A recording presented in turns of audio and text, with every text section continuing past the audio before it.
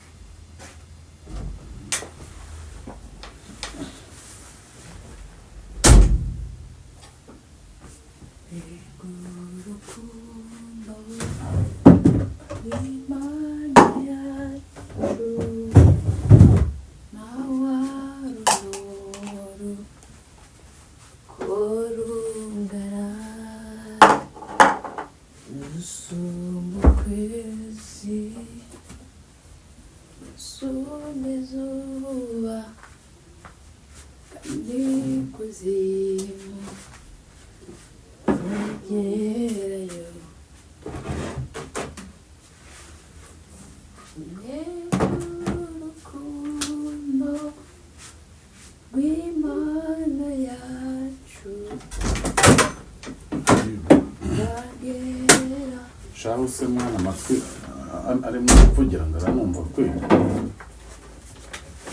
kwihagararaho kwanjye nyine nakomeza kwanga kumva ibintu wambwiye. None reba ibintu bimbayeho mu kuri kw'Imana. Ngewe reka nkubwire pe, umva yarananiye, ntako ntagize, ntako ntagira, ndihangana. Bimwe bavuga ngo umuntu aba agomba kwihangana ngo mu buzima ngo ibintu byose ngo birashoboka. Umva reka nkubwire, gushoboka kwanjye ndabona bigoye pe. Ndabona none ubuzima bwanjye bushobora kuzagira gutya bukanaharangirira. Ntabwo ashobotse pe. Mva nkubwiza ukuri, niwe muntu kuri iyi si nabonye cyangwa se nabonye mu buzima udashobora kugirwa inama, ntiyumva, nta kintu n'iki na kimwe ushaka kumukorera ngo yumva aranyuzwe. Habe n'iki na kimwe, ariko wumve ngo niyo nakora ibishoboka byose. Ni umusinzi, ngaho ngira gato ngo musize mu rugo ngo ndacomotse nkasanga yataye n'umwana yamufungiranye, naza nkumva ariko nuko ubuzizi bw'inzoga, mbe nanjye nayo urwego ubu none nzamufata. Kandi ikintu kimba wari warabimbwiye nibyo, wari warabimbwiye ukimubona ntabwo umva reka nkubwize ukuri. Aho bigeze ngiye numva ikintu kizima gishoboka.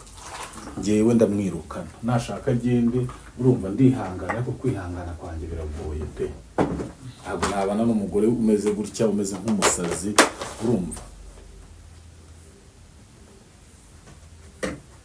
Ngewe nifashiriza, ahubwo niba byanashoboka uze kundeba hano mu rugo, mbabarira ngwino hano mu rugo tuvugane, sibyo?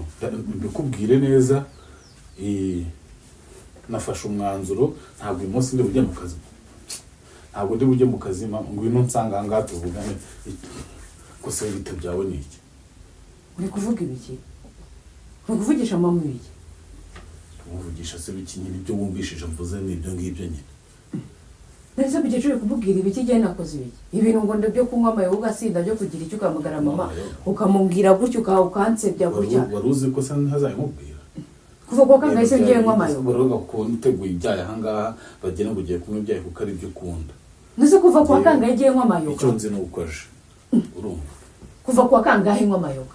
Buretse urebe, si ibingibi si byo mba mvuga. Ngiye nywa amayoga jewe. Buretse ibi si byo mba mvuga. None si mvuga ngo sigaye ndi umusinzi, ngo nkasiga umwana, ngo nkagigira iki, ngo ndagusuzugura, ngo ndagutuka, ngo ndagira iki, ibyo byose kuva kwa kangahe mbikora. Se kuri kumbeshyera bite? Ahubwo yaba yaraje agasanga n'ubwo yigera gutya. Uri guhamagara mukecuru ukamubwira ibyo bintu? Ahubwo noneho narumiye. Na mama wawe namuhamagaye. Jesus Christ. Na warazi. Ariko ufite ubwenge? Niwe ndi kuvugana nawe. Ufite ubwenge? Uretse uzurebe. uretse nta kibazo ni wowe urahamagara mama ukamubwira ayo magambo ngiye se kuva kwa kangahe nywa amayoga naragenze ndabona kuva ugiye rero be usigaye unyiyenzaho buri munsi ariko ubundi ntabwo gishaka ko tubana mu mahoro. Nta kintu ufite cyo kuvugana nawe kirenze mama wawe agiye kuza, mukecuru agiye kuza ahangaha, twicara ahangaha dusasa inzobe usubire iwanyu cyangwa se ngewe ubwo nyine turashaka igisubizo cya nyayo. Ngiye kuva kwa kangahe nywa amayoga uburyo wamagara umusinzi wowe ngewe nzinywa inzoga. Uyu munsi iyo turyamye mu burembo numva unuka inzoga nge nagiye aho ubuzima. Ese nzinywa ryari nagiye ryari ko mba ndi hano ndi kumwe n'uwo nakabaye imbibaza. Wowe nakabaye imbibaza ukuntu unywa amayoga uyanywera hehe, amafaranga uyakura he? Ako se bereka nkubaza ikintu kimwe wate kumbeshyira none ukayiga no kwiyenga kugeza nawe uhamagara mama ukamubwira ibyo bintu. Uhamagaye mama, uhamagara mama wawe Yesu mwami ubuze maboko yavuze ngo iki we aracyamwita amaboko se ugize agatima kumwita amaboko wamusinze wowe uri kunywa amayoga. Kobe muri uru rugo hazamo inzoga atari uko haje abashyitsi bari kuzinywa mbwiza ukuri hano haza uru rugo ruzamo inzoga atari ureka kuvuga udondega kanyamagambo genza gakeya ibyo birakureba. Ako bereka mubaze ikintu ntabwo nitwa B nitwa Kizigenza ntabwo nitwa B ntuzogere no kuri ibyo ngibyo ujya kubyita bakugurira amayoga. Witwa BSB. Ako se giye kuva kwa kangahe nywa amayoga giye nanga ibintu ukora byo kumbeshya buri munsi ngaho ngo nirwa mu mateko ibyo bivu bendere nanga umuntu mbeshyera giye kuva kwa kangahe nywa ku nzoga kutarambona nananywa ku nzoga ngudakaza inzoga ugahamagara amawe ukamubwira ibyo bintu. Undi umuntu muzima w'umugore ufite discipline avuga igira imbere y'umugabo gutya wagira ngo ni inceke ntuzi no guca bugufi ngo uvuge gahoro wicaye. Shege se barayibeshyera kwirwa bahamagara mukecuru wowe nta n'isono nafite ibi bintu yaba bari bahingutse nk'ahangaha bakabona ibintu uri gukora. Ngeze ubeshyera buri munsi ngewe ntacyo nkugira ngewe hari ikintu njya nkumva nakugize ngewe ibyo bintu byo kumbeshya ngo nywa amayoga nywa kwa kangahe ubundi nywa amayoga kwa kangahe ngewe nywa amayoga kwa kangahe kuba ushaka kunyibeshyera nge hari n'umunsi n'umwe njya nkusuzuguza. Ntabwo wasinze se umuntu uri kumubita nta sono ufite basi ntushobora no gutekereza ngo ibintu navuze byavuye ahubwo reba iyo baba bari binjiye nk'ubakabona ukuntu usuzugura umuntu w'umugabo ukamukubita urushyimuka mu matama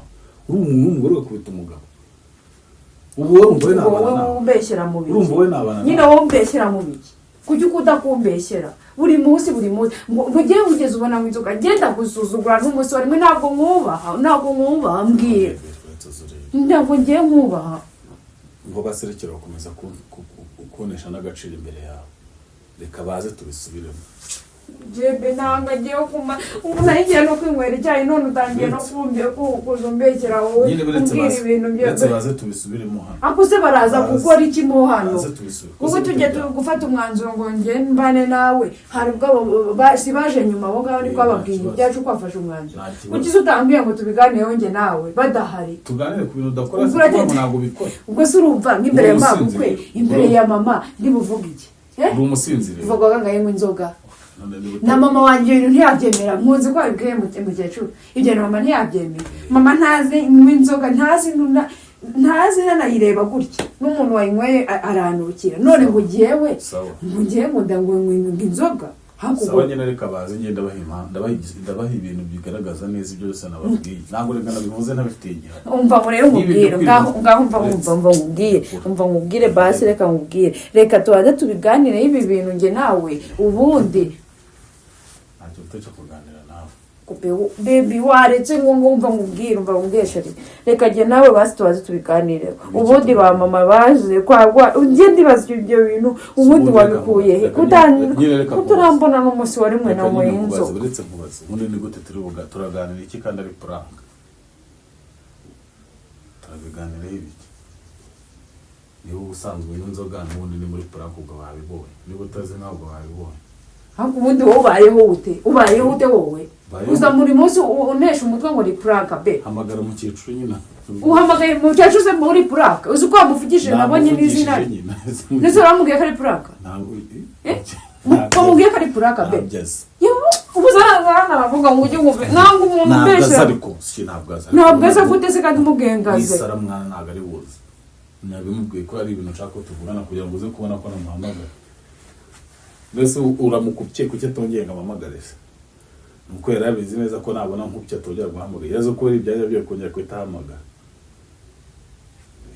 mwabonye rero wa muntu wanyu banze bemerere niba utanywa inzoga bya nyabyo, niba nabihimbaga cyangwa niba uzi wenda akaba ari ibintu nari ngushyizeho. Wabihimbaga nyine kuva kwa hangaje uzinywa nago n'inzoga. Sibundi wazanywera inzoga basiri ukagutenga nk'umuntu uri kunywa inzoga abantu bakabibona, mukabibona neza ko aramutse anyweye n'inzoga byava.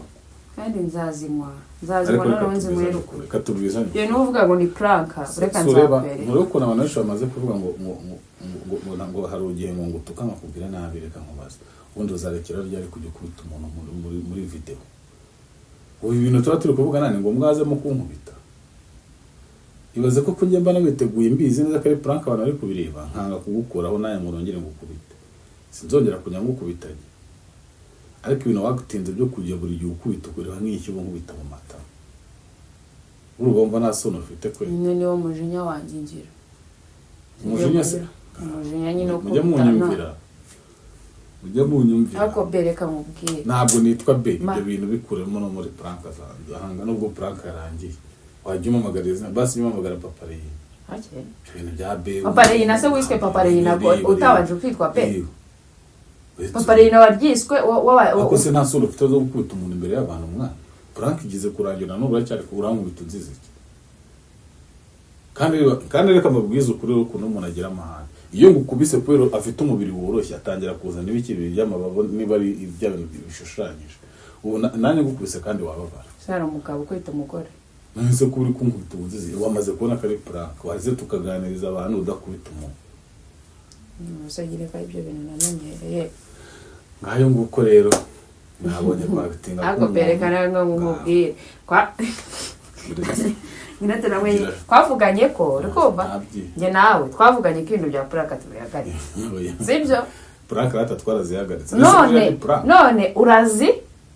Oya se ni prank. Suzigaruye. Nigeze nkubwira nabi. Ntuzigaruye. Oya ntuzigaruye. Si nk'ibiganiro nari gukora. Oya byihorere urazigaruye. None yo nzagukorera wowe. Buretse? Oya nyine reka nigire. Nakureka icyegeje. Ngiye nzakwereka ko. Sawa reka nigire ku kazi. Reka nzakwereka ko nyine. Ngo puraka.